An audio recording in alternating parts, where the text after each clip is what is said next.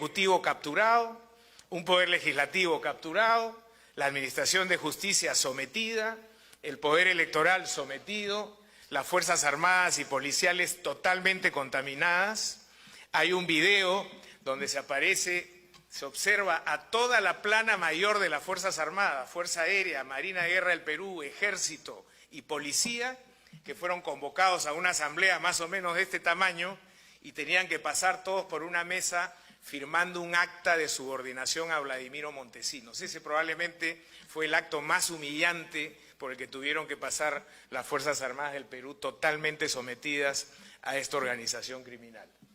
Y en el ámbito del sector privado, por supuesto, también hubo una comparsa de muchos empresarios, no solamente los dueños de canales de televisión y de prensa escrita, también estaban ahí varios empresarios que prefirieron someter sus voluntades a los designios de Montesinos a cambio de determinados favores en leyes, reducción de aranceles, etcétera, y por supuesto el sistema financiero. Tenemos varios videos donde aparecen banqueros conocidos instruyendo a Montesinos de cómo poder lavar su dinero hacia paraísos fiscales sin riesgo alguno. ¿Cómo se financiaba esta organización? Logramos determinar que tenía varias fórmulas. En primer lugar, había, digamos, una caja para el gasto corriente, que era una caja que se armaba con 4 millones de dólares mensuales que recababan de las Fuerzas Armadas. Cada jefe de una de las Fuerzas Armadas tenía que llevar $1 millón.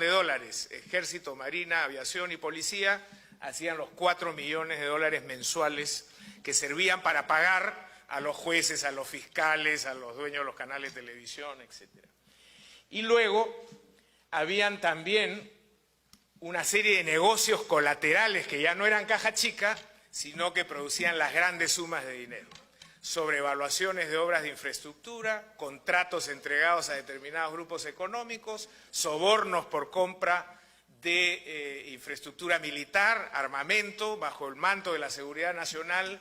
Se cometió mucho robo en ese caso, entrega de concesiones nacionales, saqueo de la caja de pensiones militar y policial, y en fin, un sinnúmero de negocios ilegales que le permitían manejar cientos de millones de dólares a esta organización.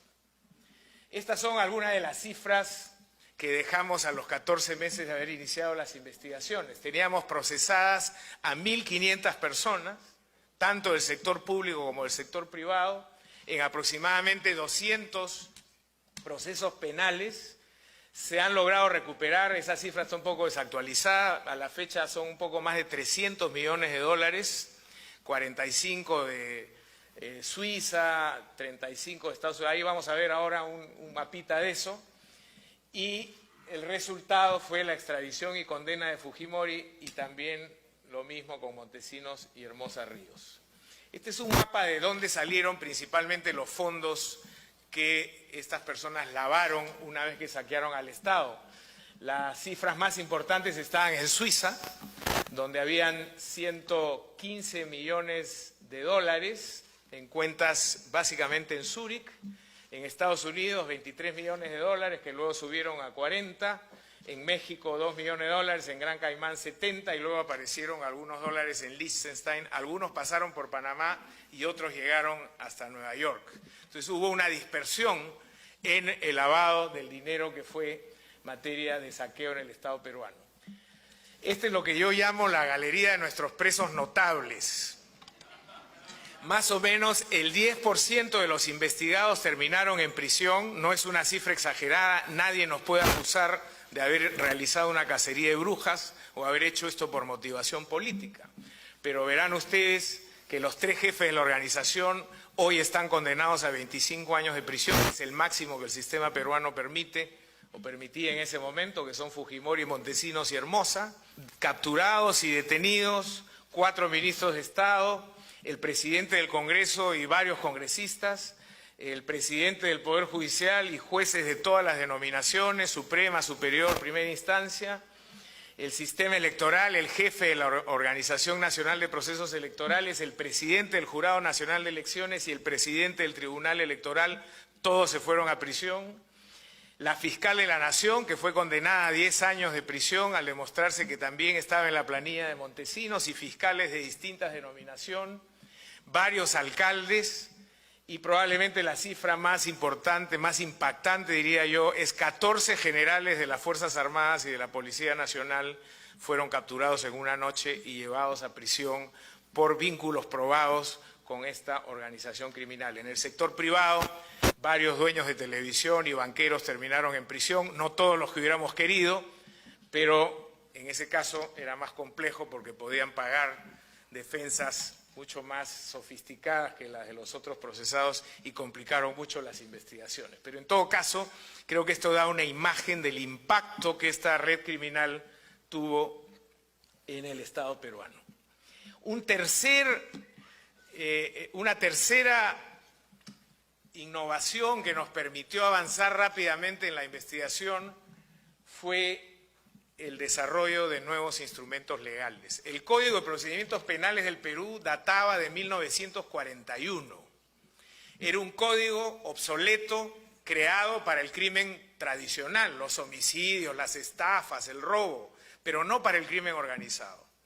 Entonces, cuando nosotros empezábamos a investigar a alguien, teníamos primero que ir a la policía, luego al fiscal, eso demoraba 2, 3, 4 meses, y cuando llegábamos al juez ya para pedir la orden de captura, esa persona estaba fugada fuera del país.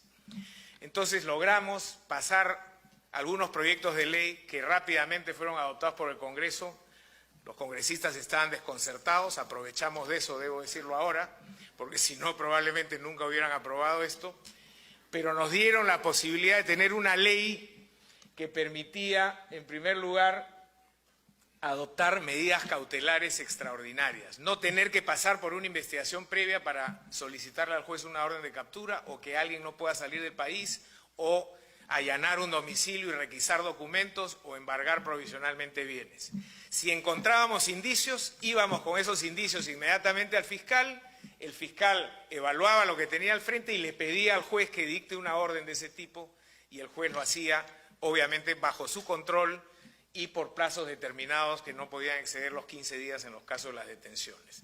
Eso nos permitió cerrar las fronteras, agarrar a los corruptos rápidamente, ponerlos bajo investigación y con una norma complementaria que logramos también que fuera aprobada en paquete por el Congreso, abrimos la posibilidad de la colaboración eficaz.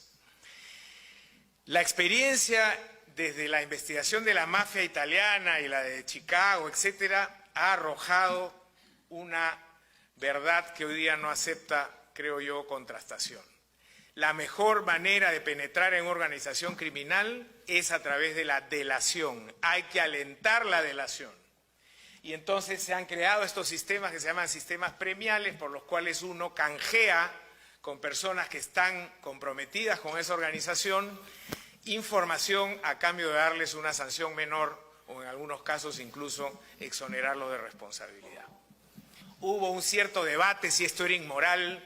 Yo siempre sostuve que más inmoral era no recibir información y nunca llegar a atrapar a los que teníamos que atrapar o no saber los delitos que se habían cometido o no recuperar los dineros que teníamos que recuperar. Bueno, esta ley funcionó muy bien, tiene un proceso que no voy a explicar ahora. No era simplemente que alguien venía y decía quiero colaborar, tenía que entregar la información, había un proceso regulado para verificar que esa información era oportuna, era valiosa y era cierta. Si esa persona nos mentía, se complicaba la vida mucho más. Si lográbamos verificar que su información era cierta, se acogía al sistema de beneficios y juez y fiscal se encargaban de decidir qué suerte iba a correr esa persona. Bueno, fue tan exitosa la ley por dos razones. Primero, porque cuando salió la ley ya habíamos capturado algunos peces gordos y sabían que no estábamos hablando en broma. Y en segundo lugar, porque había mucha gente que se sintió abandonada por Montesinos y por Fujimori y que no tenían, estaban desconcertados. Entonces, lo que hicieron fue correr a tocarnos la puerta y decir yo tengo información, quiero colaborar. La secretaria de Montesinos en el Servicio de Inteligencia y amante de él en los inicios, porque después tuvo otras, fue una de las principales fuentes de colaboración que no solamente nos dio una idea clarísima de cómo estaba funcionando esto, sino nos entregó documentos, nombres, números de cuentas, etcétera. Entonces, abrir un espacio para este tipo de negociaciones para nosotros ha sido una decisión